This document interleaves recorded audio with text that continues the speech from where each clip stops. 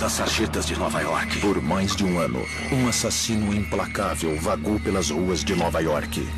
Eu sou um monstro. Eu sou filho de Sam. Men started screaming, "Help me, God, help me." Sam adora beber sangue. Girl was covered with blood. Saia e mate, ordena meu pai, Sam. Suas presas eram jovens e vulneráveis. Nos fundos da casa, algumas descansam. A maioria jovem, estuprada e morta.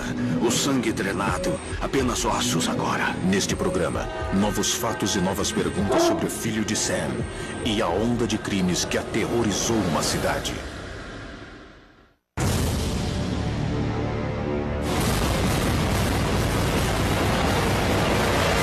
Serial Killers.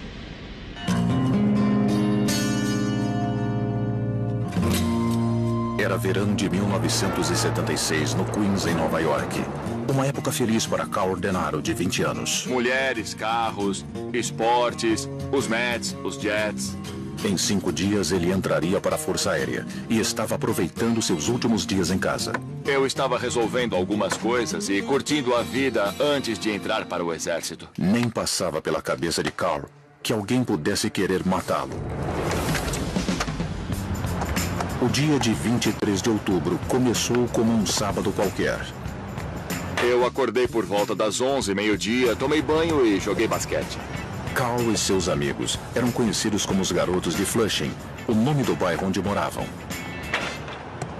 Lá pelas 6, um amigo meu, o time, passou para me pegar e nós fomos para o bar.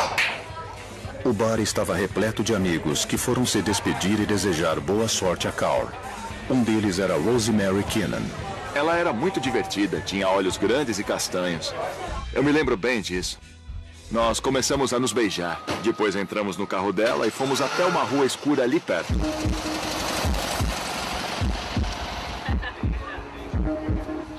Nós paramos e, literalmente, 2 minutos depois...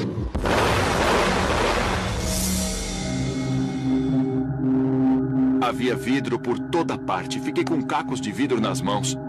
Eu não ouvi nenhum tiro. Eu não vi que fui atingido. Só percebi que estava ferido porque vi o sangue. Rosemary não se feriu, mas Carl estava com uma bala calibre 44 alojada na nuca. Seu corpo entrou em choque. Só mais tarde, já no pronto-socorro, ele começaria a entender o que havia acontecido. Eu ouvi os médicos conversando sobre fragmentos de bala, estilhaços e vidro. Naquela hora soube que tinha levado um tiro. Na época, nem Carl, nem a polícia podiam ver a ligação com o outro ataque ocorrido 3 meses antes, a poucos quilômetros dali, no Bronx. Foi depois de 1h da manhã. Mike Loria ia passear com o cachorro da família. Sua filha Donna estava conversando com uma amiga, Jodie Valente, na rua.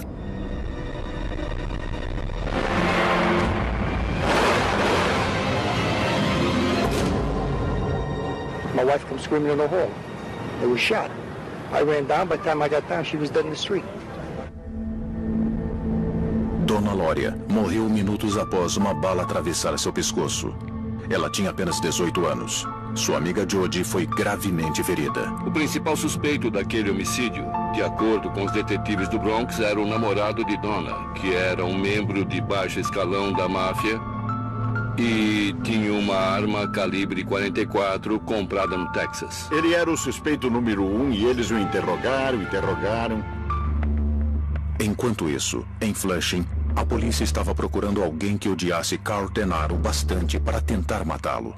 Foi muito estressante porque eu não podia fazer nada, estava preso em casa, não podia nem sair para dar uma volta, porque a única coisa que separava o meu cérebro do ar era uma camada de pele. Com o tempo, a lesão na cabeça de Carl seria curada, mas ele nunca mais seria o mesmo. Eu ficava na janela olhando, olhando o movimento da rua e começava a ficar nervoso. Então eu me afastava da janela. 1 mês após o ataque a Carl, 2 adolescentes, Joanne Lomino e Donna DeMasi, estavam voltando do cinema. Elas nunca entrariam em casa. Logo, toda vez que os nova-iorquinos liam o jornal ou ligavam a TV, ficavam sabendo mais sobre os crimes do assassino que os espreitava. There's not much crime here, especially violent crime. And this happened late at night, right at the steps of the Lomino household, just as the girls were about to go inside. Girls are not familiar with the man. I heard Joanne, her friend, crying. So me and my father got up and ran outside. Did you see anybody out here at all? No, I just heard the shots. As meninas sobreviveram, mas Joanne ficou paralítica. Things like this don't happen here. You read about them, you see it on television, but it doesn't happen on your block. Em 5 meses, ocorreram 3 atentados aparentemente aleatórios, todos após a meia-noite. Uma garota estava morta e outra paralisada, mas era apenas o começo. 30 de janeiro de 1977. Christine Freund e seu namorado, que se chamava John Deal, saíram naquela noite e eles foram ao cinema. Depois, tomando vinho, eles falaram em marcar o casamento e sobre quantos filhos teriam. Depois de fazer isso, eles caminharam pela rua em direção ao carro em que tinham chegado. Estavam deslizando no gelo e se divertindo como um casal apaixonado. Pouco após a meia-noite, enquanto se abraçavam no carro, o assassino se aproximou. O tenente Richard Connon estava pela primeira vez no turno da madrugada. Eu fiquei sabendo que uma pessoa jovem tinha sido baleada perto da estação Forest Hill. John Deal escapou ileso, mas Christine Freund levou 2 tiros na cabeça. Ela morreu em poucas horas. 5 semanas depois, a apenas 45 metros de distância, um novo ataque a uma universitária deixaria a polícia perplexa. Ela era uma jovem voltando da Universidade de Colômbia quando, do nada, aparece um idiota com uma arma na mão e atira na cabeça dela. O atirador havia escondido a arma num saco plástico. Ela só viu alguma coisa quando ele estava bem na frente dela. Ela deve ter sentido o que ia acontecer porque colocou os livros na frente do rosto. Vimos os livros escolares com um buraco de bala no meio e o rosto da garota destruído. Isso me afetou de tal forma que eu voltei para casa naquela noite e chorei muito. A polícia estava tentando encontrar um padrão para os crimes, mas o último ataque foi muito diferente.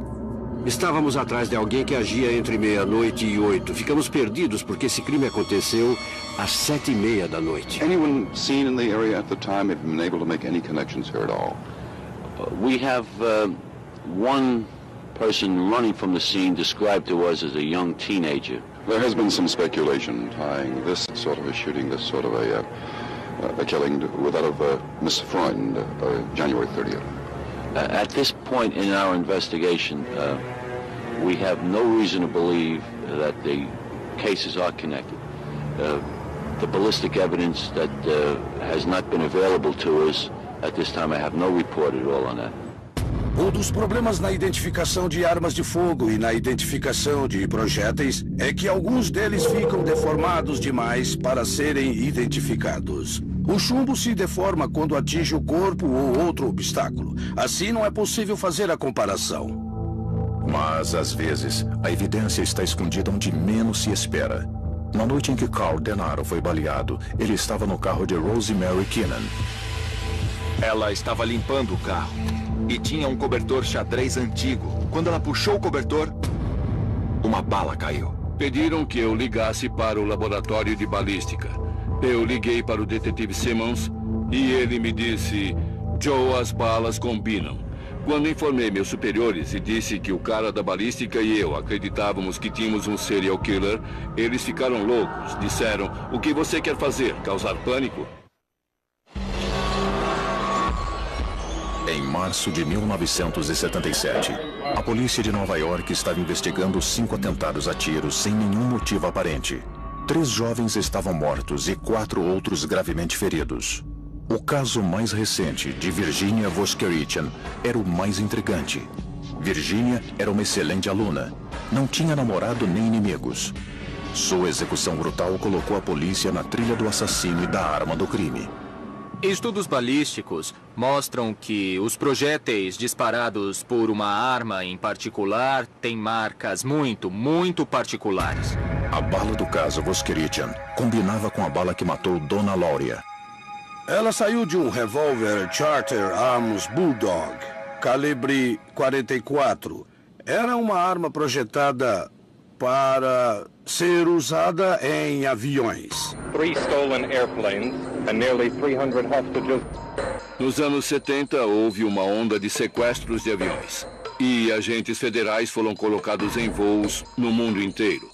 Mas tinham que inventar uma arma que pudesse ser disparada do avião sem que o avião fosse derrubado. Os detetives iniciaram uma busca nacional por revólveres Charter Arms Bulldog. Pesquisamos em todo o país. Revisamos documentos, mais documentos e mais documentos. O assassino havia atacado em 2 distritos de Nova York, Bronx e Queens. A polícia interrogou os sobreviventes dos ataques em busca de um padrão. Joanne Lomino foi atingida na coluna e ficou paralítica da cintura para baixo. Donna DeMasi e Jody Valente se recuperaram das lesões. Carl Denaro também se recuperou, depois que uma placa de metal foi instalada para substituir parte de seu crânio. Todas as vítimas eram muito jovens, e todas, com exceção de Carl, eram mulheres. Carl tinha o cabelo comprido e estava no banco do passageiro. Rosemary tinha o cabelo curto e estava no assento do motorista. Teria o assassino confundido Carl com uma mulher? No dia seguinte à morte de Virginia Voskerichian, a polícia anunciou a criação de uma força-tarefa expandida.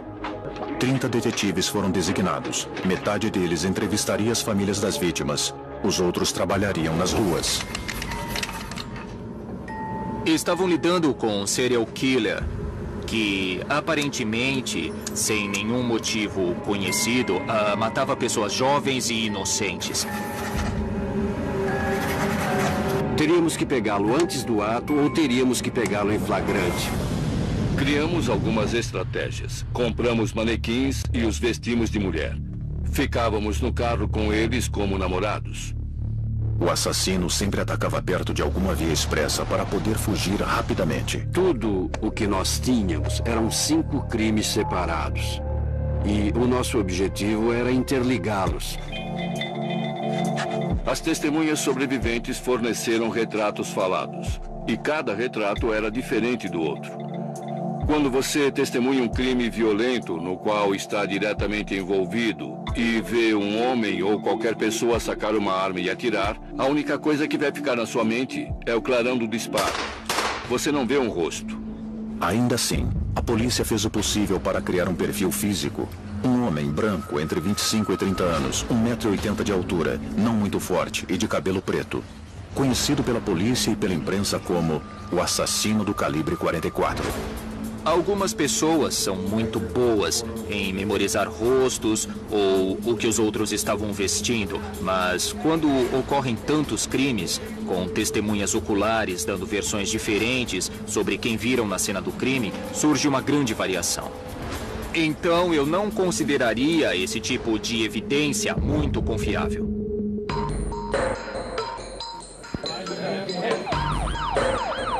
A polícia se manteve em alerta, patrulhando todos os distritos. Mesmo assim, o assassino continuava solta, como se fosse invisível.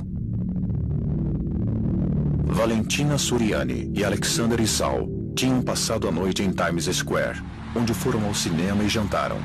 Quando o casal estava voltando para casa às 3 da manhã, os detetives que vigiavam a área encerraram seu turno. Então, o assassino agiu.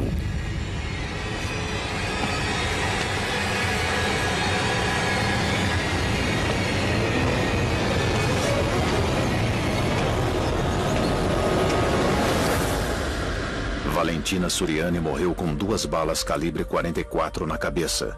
Ela tinha um bracelete no pulso esquerdo que tinha sido um presente do pai dela. E o legista de plantão ia cortá-lo com um alicate enorme. O detetive Joe Coffey tinha uma filha quase da mesma idade. Então eu fui até lá, tirei o legista da frente e removi a pulseira do jeito que devia ser removida e entreguei ao pai. O atirador misterioso acabou com 2 vidas naquela noite e estava literalmente provocando a polícia. Na cena do duplo homicídio do Bronx, Suriani e Issal, ele deixou uma carta endereçada a mim.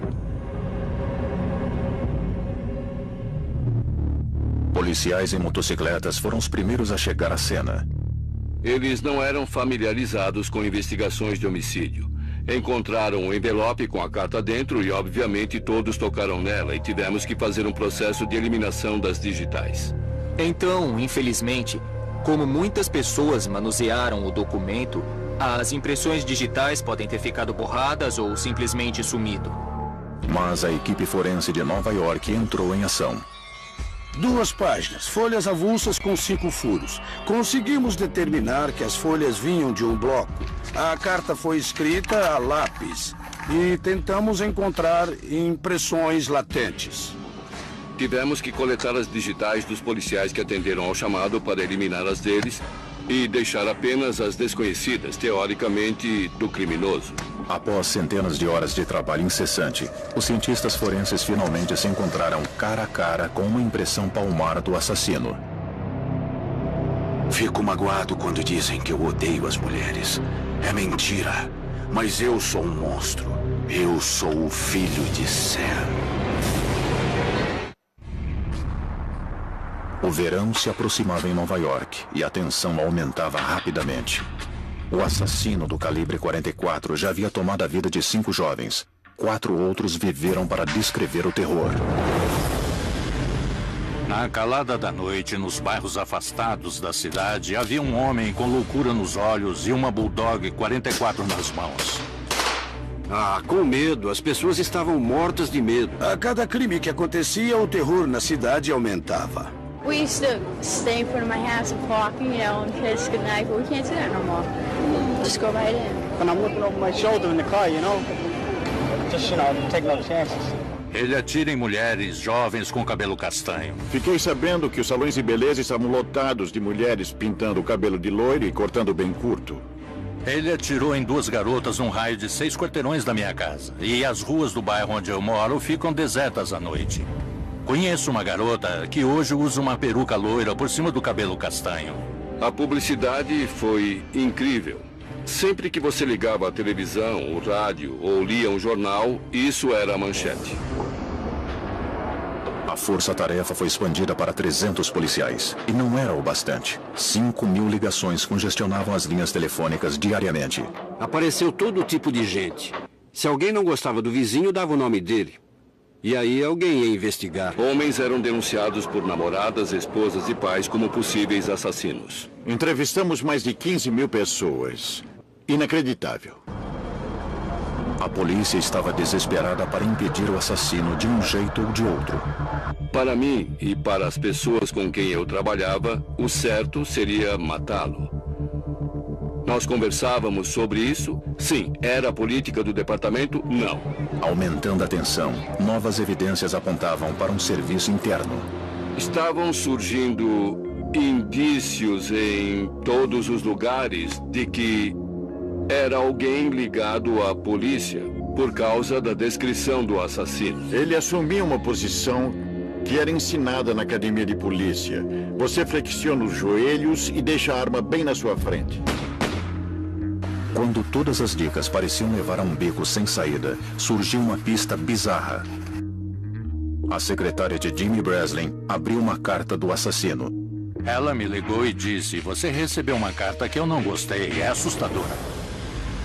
Obviamente era uma mente perturbada, cuspindo palavras como um incêndio cospe faíscas. Não era nem um pouco racional, sugeria uma esquizofrenia. Uma esquizofrenia sem alma. Olá, das sarjetas de Nova York que estão repletas de estrume de cachorro, vômito, vinho estragado, urina e sangue. Olá, dos bueiros de Nova York que engolem as iguarias varridas pelos caminhões de limpeza. Talvez nos encontremos cara a cara algum dia. Ou talvez eu seja batido por policiais com suas 38 fumegantes. Ele assinava filho de Sam. Ao receber a carta, ele se tornou parte da investigação. O texto sinistro sugeria novos assassinatos, especialmente com o aniversário de 1 ano da onda de crime se aproximando. Diga, Jim, o que você quer no dia 29 de julho? Pode se esquecer de mim porque eu não ligo para a publicidade. No entanto, você não pode se esquecer de Donna Lauria e também não pode deixar as pessoas se esquecerem dela. Ela era uma garota muito, muito meiga.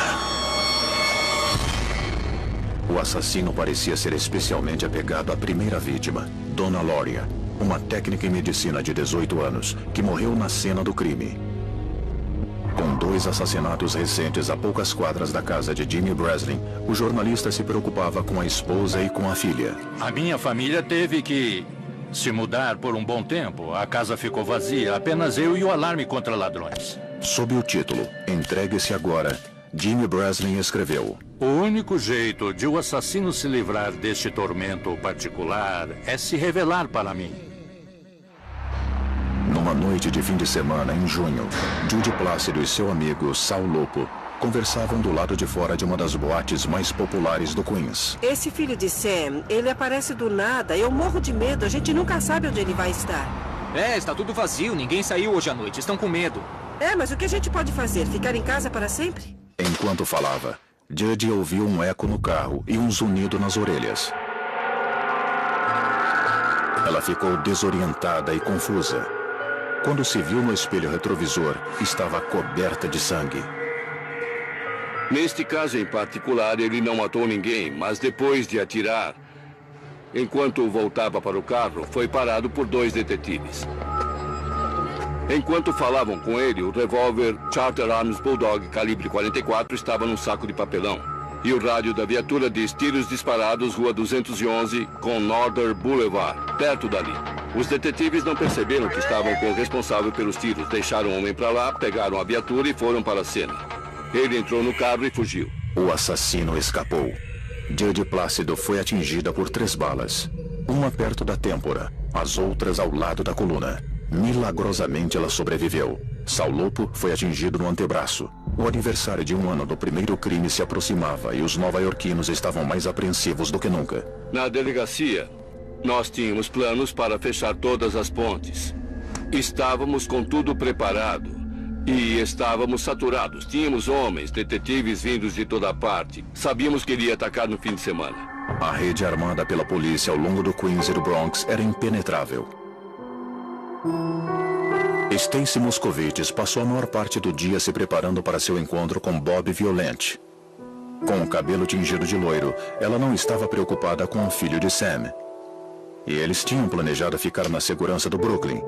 O assassino nunca tinha atacado por lá. Stacey estava empolgada para sair com Bob Violent. Depois de assistir um filme, o casal foi para uma área deserta de uma estrada com vista para o mar. Quando chegaram, havia um Corvette parado sob um poste de iluminação. Dentro dele, Tommy Zano tentava conseguir um beijo de Debbie Grishenko. Debbie reclamou da claridade. Então, Tommy avançou um pouco com o carro. O que eles não viram foi que, momentos antes, o filho de Sam os tinha na mira, pronto para atacar. Quando ligaram o carro, ele entrou em pânico. Logo depois, Bob e Stacey chegaram. Era tarde da noite, estavam voltando para casa e pararam no parque. Estavam nos balanços. O filho de Sam tinha voltado sua atenção para Stacey e Bob. Ele entrou no parque, onde encontrou aqueles 2 jovens brincando nos balanços. Violante disse que viu alguém perto de uma árvore. Ele ficou assustado e voltaram para o carro. Não havia viaturas no Brooklyn naquela noite. O assassino nunca havia atacado na região. Agora, a cidade inteira se sentia vulnerável. We knew it was shots. It had to be. And I said to my girlfriend, those were shots. And then this horn started beeping incessantly. And then it stopped, and then it beeped again. And then this man started screaming, help me, God help me. De repente, a central diz, Joe, não deve ser nada, mas houve um tiroteio no Brooklyn. Vá dar uma olhada. And then my girlfriends and I, instead of being sensible, we ran down the steps and out in front of the house. And we saw this one cop car pull up. And we ran down the street, and the guy was against the fence, slouched. And he was covered with blood. And the girl was covered with blood. It was a horror. Eu sabia que era o nosso homem. Sabia que o tínhamos espantado de um território limitado, o Bronx e o Queens, para uma área diferente a 15 quilômetros de lá. Foi um golpe duro. O casal foi levado ao hospital. Bob ficou quase cego por causa das balas que atravessaram sua cabeça. Stacey estava bem pior. The fractures and injuries of the back of the brain are very serious injuries. I can tell you that the statistics are not very good. Num período de 1 ano, o filho de Sam havia atacado 8 vezes. 5 de suas vítimas estavam mortas e uma estava se agarrando à vida. Toda a tecnologia do mundo não nos ajudaria a pegar esse cara. O que nos ajudaria a pegá-lo era o ego dele, as provocações, seu desejo de se ver nas manchetes dos jornais. Após meses perseguindo um matador invisível, a polícia estava prestes a encontrar uma pista. Estávamos perto. 2 de agosto foi um dia triste em Nova York. Stacy Moscovitz morreu no hospital Kings County após uma vigília de 38 horas de seus pais. Ela tinha 20 anos e foi a 6ª vítima fatal de uma onda de crimes que já durava 1 ano. A tristeza por aquela menina foi grande. Eram todas jovens, adoráveis e de repente estavam mortas por causa de um monstro na calada da noite. Mas, desta vez, alguém tinha visto o monstro. Tommy Zano havia estacionado em frente ao carro de Bob e Stacy. Ele viu o assassino em seu espelho retrovisor. Ele descreveu um homem alto e magro, usando uma camisa cinza para fora das calças com as mangas arregaçadas. Ele parecia estar em boa forma, porque depois de dar os tiros, ele saiu correndo pelos fundos do parque bem rápido. O novo rosto do assassino. Um perfil longo e magro, com cabelo loiro, liso e despenteado. Várias testemunhas viram um Fusca amarelo se afastando da cena. Mas a 2 quadras, outra testemunha identificou um homem suspeito perto de um sedã. Uma mulher disse aos detetives que um carro tinha recebido uma multa por estacionar na frente de um hidrante. Cecília Davis estava na rua passeando com um cachorro. I seen the police officer giving tickets out. A senhora Davis viu o homem entrar correndo em seu carro, um Ford Galax. I seen him taking off the ticket. We were still watching the police officers giving the rest of the cars tickets, and he followed the police officer. O homem que a senhora Davis viu estava a poucas quadras da cena do crime quando os tiros foram disparados. Mas a polícia achava que ele poderia ter visto alguma coisa. Localizamos o carro, que era um carro de Yonkers, em Nova York, de David Berkowitz. Ninguém atendia ao telefone na casa de Berkowitz. Então, a polícia de Yonkers foi acionada. Central de Polícia 82. Estou tentando contatar o Sr. David Berkowitz. Ele mora na Rua Pine 35? Você o conhece? Eu acho que ele é o responsável. Meu pai esteve lá no sábado. A telefonista da polícia de Yonkers era Whit Carr. O pai dela, Sam, havia feito uma queixa à polícia. Sam Carr estava no 109º distrito, falando sobre o vizinho dele que tinha atirado no cachorro dele, David Berkowitz. De acordo com Whit, Berkowitz também havia escrito cartas ameaçadoras para o pai dela. Sem perceber que havia topado com o assassino, a polícia do Brooklyn enviou apenas 2 detetives à residência de Berkowitz em Yonkers. Eles chegaram lá e ficaram vigiando o veículo. Eles viram um saco de papel no banco de trás e, saindo dele, o cano de uma arma. Então, um dos detetives arrombou o carro sem mandado e encontrou uma metralhadora no banco traseiro.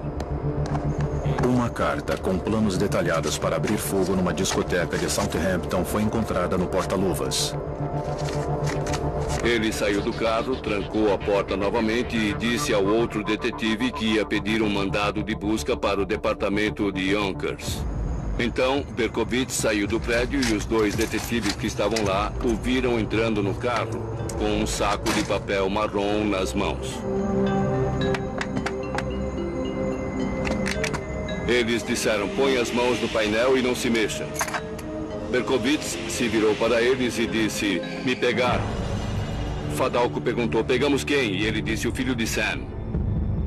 Ao lado dele, no saco de papel marrom, estava o revólver calibre 44 que ele usou para matar e ferir toda aquela gente. E foi isso. He didn't resist in any way, and what was stopping about it? Chief Keenan, what resemblance did he bear to this latest sketch that you released? He looked more like the first sketch.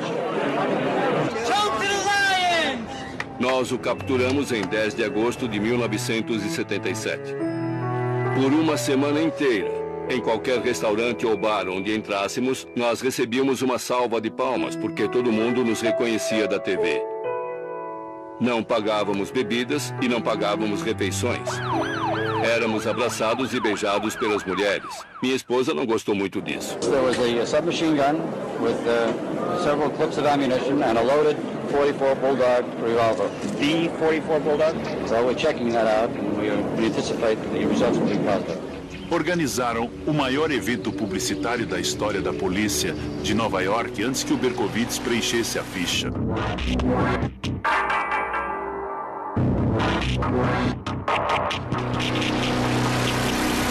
Era por volta das 2 da manhã e eu recebi uma ligação de um repórter e o que ele disse foi: eles pegaram o filho de Sam.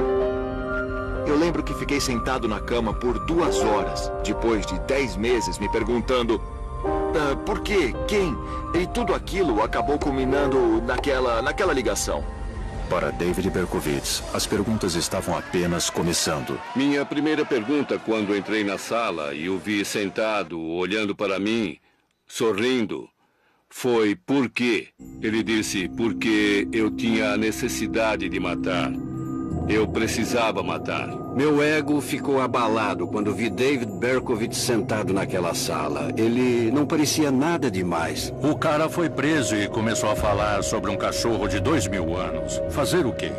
Era só mais uma pessoa solitária e insana, andando por aí, atirando nos outros com uma arma. Um serial killer. David Berkowitz era um carteiro de 24 anos. Ele morava sozinho em Yonkers. O Sam, que citava em suas cartas, era seu vizinho, Sam Carr. O mesmo Sam Carr que havia denunciado Berkowitz à polícia por atirar em seu cachorro. Berkowitz disse aos detetives que o labrador preto de seu vizinho estava possuído por demônios antigos e que o cachorro transmitiu ordens para que ele matasse todas aquelas pessoas. Atormentado, ele tentou matar o cachorro, mas não adiantou. Os demônios apenas ficaram mais fortes e cada vez mais exigentes. Ao entrar no apartamento de Berkowitz, nós ficamos... acho que a palavra é chocados. Cobrindo as paredes do apartamento, os detetives viram os escritos de um louco. Alguém que parecia ter perdido o contato com a realidade. Especialistas concluíram que Berkowitz estava apto a ser julgado, e um dos médicos duvidava totalmente da sua versão. The demons he first described have disappeared. I became very suspicious of him. Os repórteres também ficaram desconfiados. Aquele jovem atarracado, de sorriso simpático e movimentos lentos, não parecia capaz de cometer os atos do filho de Sam. Is it unfair to observe that both the police department and the mayor were under a huge amount of public pressure to get somebody? If you're implying a political pressure, that's ridiculous. Something had to be done. We were doing everything we could to make the arrest in order to relieve the tension not only on the police themselves, but to relieve the fear and the tension in the city. Os ânimos estavam exaltados com o início do julgamento. Murderers like this definitely have to be put away in electric chair or shot or any other way there is. I still want my Arthur 90 too. I want him dead. Dead. I want him dead, dead, dead. David Berkowitz, the suspected son of Sam, who arrived in an Olive police van for arraignment in Brooklyn. David Berkowitz se declarou culpado por todos os homicídios. O juiz o condenou e fez questão de escrever na sentença que aquele homem jamais deveria ser solto. E foi isso. Bem, sessão encerrada, podem levá-lo. E saíram com ele. O juiz o condenou a 6 sentenças perpétuas consecutivas. 365 anos de prisão. Mas, anos depois, muitas pessoas próximas aos crimes estão certas de que Berkowitz não agiu sozinho. Ao entrar na prisão para cumprir 6 penas perpétuas consecutivas, David Berkowitz deixou para trás uma tortuosa trilha de contradições. Ao longo da investigação, Tommy Zano havia sido a melhor testemunha encontrada pela polícia. Estacionado diretamente em frente ao carro de Stacy e Bob, Tommy viu o assassino em seu espelho retrovisor. Ele parecia estar em boa forma, porque depois de dar os tiros, ele saiu correndo pelos fundos do parque bem rápido. Uma semana depois, quando David Berkowitz foi preso, e vendo a aparência dele, Acho que ele não seria capaz de fazer isso. Testemunhas do assassinato de Stacy Moskowitz descreveram alguém com o cabelo comprido, alto e magro. Eu acho que podemos concordar que Berkowitz não é alto ou magro. Nunca foi e nunca será também. David Berkowitz não é magro. Com 1,70 m de altura, pesa 82 quilos. Ele confessou que estava presente quando Moskowitz foi morta. Bem, a questão é quem realmente puxou o gatilho. Eu não acho que foi David Berkowitz. Cecilia Davis viu Berkowitz perto de sua casa naquela noite a 2 quadras da cena do crime. He came up towards me, and right here by that exit over there, entrance, whatever you would call it, he looked me straight in my face. Sua descrição batia com David Berkowitz. Ele estava usando jaqueta de sarja, calça jeans e camisa polo. Então, havia 2 atiradores no crime do Brooklyn? A onda de crimes teria mais de um responsável? São as questões que Carl Denaro, sobrevivente de um dos ataques do filho de Sam, tenta responder há 15 anos. Eu comecei a descobrir algumas coisas que não se encaixam nessa versão que é oficial. Os pais de outras vítimas também têm dúvidas. In my opinion, the New York Police Department covered it up. Não existe nenhuma evidência de que Berkowitz agiu sozinho. E sim uma série de evidências circunstanciais, informações sólidas de que ele não agiu sozinho. O repórter investigativo Maury Terry entrevistou Berkowitz diversas vezes e descobriu que ele fazia parte de um culto satânico. There's this force that kind of seems to draw you into this, where, you're just taking one step at a time, and it's like, I guess, you're stuck in the tide, the tide carries you out, and before you know it, you're so far out from shore that it's hard to get back. David Berkowitz diz que entrou para o culto neste prédio abandonado num parque de Yonkers, Nova York. A polícia de Yonkers confirmou que havia cultos satânicos em atividade na área. People, when they get into the occult, they don't understand really everything that they're really getting into. There's a price to pay. Foi lá, de acordo com o que Berkowitz contou a Terry, que o culto planejou os crimes do filho de Sam para criar caos em Nova York e satisfazer os desejos perversos de seus membros. I never thought that the day would come when we would start to kill people. Olá, das sarjetas de Nova York. Uma das cartas do filho de Sam fazia alusões ao quartel-general do culto satânico localizado sobre um aqueduto que flui para Nova York. Não estou dizendo que David Berkowitz é inocente. Ele admite ter matado 3 pessoas e foi cúmplice ativo dos outros crimes. I was at all of them. I did not pull the trigger at every single one of them. Na noite em que Virginia Voskerichian foi morta, uma testemunha viu um adolescente fugindo da cena. O retrato falado veio de uma testemunha. A pessoa com o gorro de esqui, o atirador, passou ao lado dela. Outra testemunha afirmou que após Christine Freund ser morta, o atirador fugiu em um carro com o motorista. Ela ouviu os tiros e olhou pela janela, viu um cara entrar no banco do carona de um carro vermelho e ir embora. Se examinarmos os retratos que a polícia de Nova York divulgou, fica claro que havia outras pessoas envolvidas. Uma pessoa pode se disfarçar, mas ninguém se transforma de um homem baixo e gordo em alguém com o rosto fino e com o queixo comprido. Mas a maior contradição na versão oficial se resume a uma questão geográfica.